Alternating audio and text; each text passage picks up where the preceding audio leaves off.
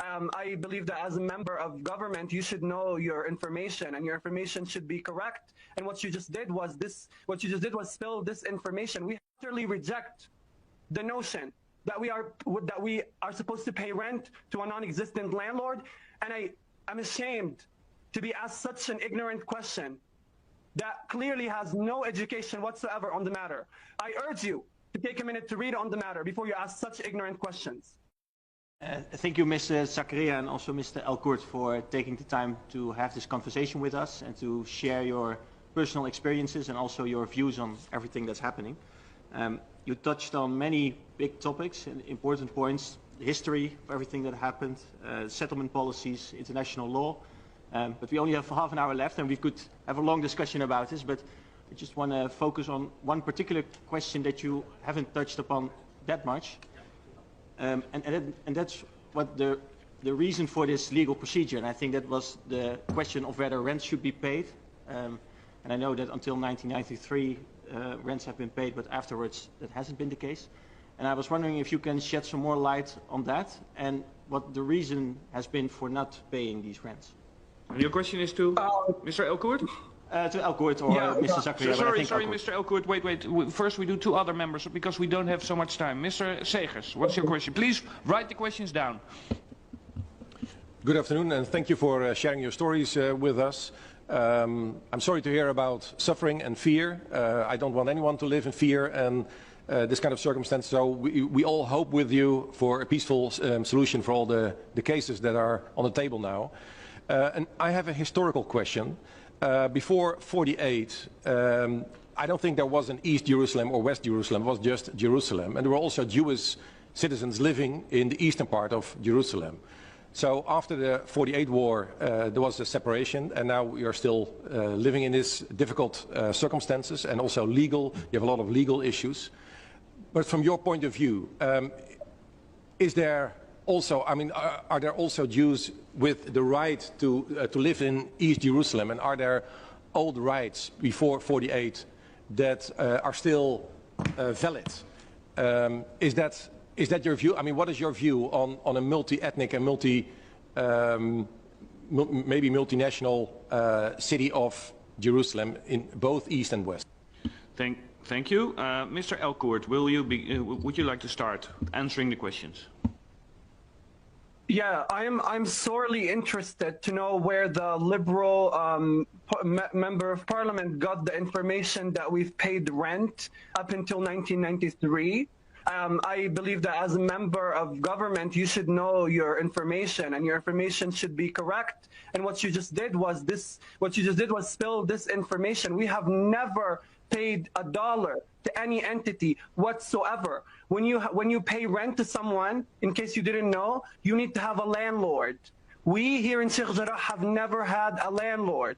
These homes were built for us by the Jordanian government. The issue was that you have Israeli settlers presenting documents to Israeli courts claiming Israeli ownership. The asymmetry here is that the Israeli courts will never and have never looked at the documents that we presented. I utterly reject the notion that we are supposed to pay rent to a non-existent landlord, and I'm ashamed to be asked such an ignorant question that clearly has no education whatsoever on the matter. I urge you to take a minute to read on the matter before you ask such ignorant questions. Thank you. Were that all the questions, Mr. Elkourt, also from the other members?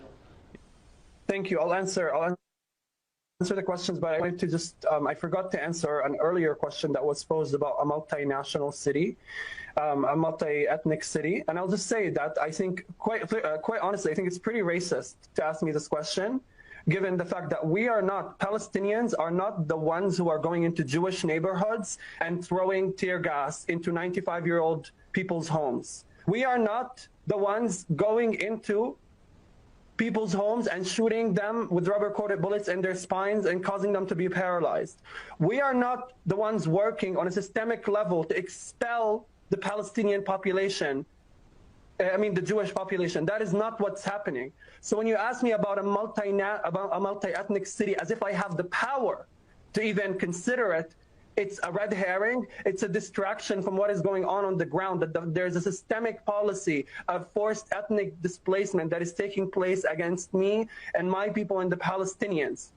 So please be reminded of this and be reminded of the power dynamics when you dare ask a question about a multinational, multi-ethnic Jerusalem city, as if Palestinians have anything to do with the violence taking place against them. We are not the ones going into Jewish neighborhoods and stabbing Jews. We are not the ones going into Jewish neighborhoods and chanting death to Jews. We're not doing any of that. They're the ones who are coming into our neighborhoods with their guns, with their rifles, with their bags of stones, with their knives, with their gas, and chanting death to Arabs. Do not ask me about coexistence when I have zero power deciding if I can coexist or not. Now, to use that to elaborate on the point of the daily practices, what's happening is we have 4 entrances to the neighborhood, all of which have cement barriers around them, and all of these cement barriers serve as a stop, as a checkpoint for us Palestinians. So today, when I walked into the neighborhood this morning, I had to show the police officer my ID. He called me by my name because they know us. He said, Muhammad al-Kurd, come show me your ID, as if he doesn't know I live there. I showed him my ID. My ID said Sheikh Jarrah, but it didn't say the exact name of the street that I live on. So he investigated me for 5 minutes, and then he started screaming at me, no reason whatsoever, and then he shoved me around. And I want to say that this is not an anomaly. This is not a unique situation. They have a vendetta against us, and they're doing everything they can to make our lives a living hell, because we will manage to enter and escape the gatekeeping of people like diplomats and politicians and mainstream journalists, and we were able to show the truth for what it is.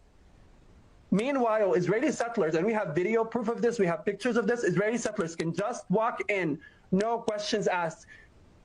Most of them, if not all of them, have their rifles on their belts and can just walk in, no questions asked. This morning, yesterday, a week ago, we are constantly hearing more and more threats from Israeli settlers about wanting to burn our homes, about wanting to take over our homes and massacre us, and they do this with the Israeli officers present. In contrast, we tried to fly a kite in our neighborhood the other day, and the people who flew the kite got assaulted and arrested. 2 Palestinian journalists were standing taking videos of the settlers with the guns, and both of them were assaulted and arrested for 5 days. There's a clear policy of apartheid here that we have documented to a T, and we have exquisite proof of it. In terms of sanctions, I think boycotting Israeli products is a good start. I think expelling the ambassador and expelling any kind of diplomatic, economic, political relationships with Israel is a good start. To remind you of what's happening here, we are facing a systematic, calculated governmental push to dispel and displace all of us who are Palestinian from our cities. Many of us in the Gaza Strip have gotten carpet bombed under the excuse that there's a terrorist group in the Gaza Strip, which is, not to say the least, a red herring. This is not about anything but about how much you care about Palestinian life.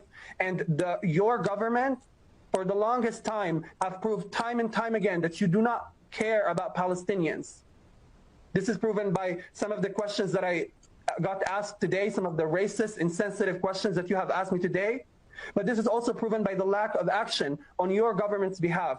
So those of you who are enthusiastic, those of you who are sympathetic, I thank you. And I hold your hand, and I really thank you. And I urge you to push for sanctions, because we are pushing your people, the people of that country, to protest and put pressure on you. So this is not going to be the last time you're going to hear about Palestinian human rights and Palestinians' right to liberation. But it's up to you to take a stance and care about Palestinian rights. It's up to you to see what's happening on the ground for what it is and stop being racist and take a stand to support Palestinians.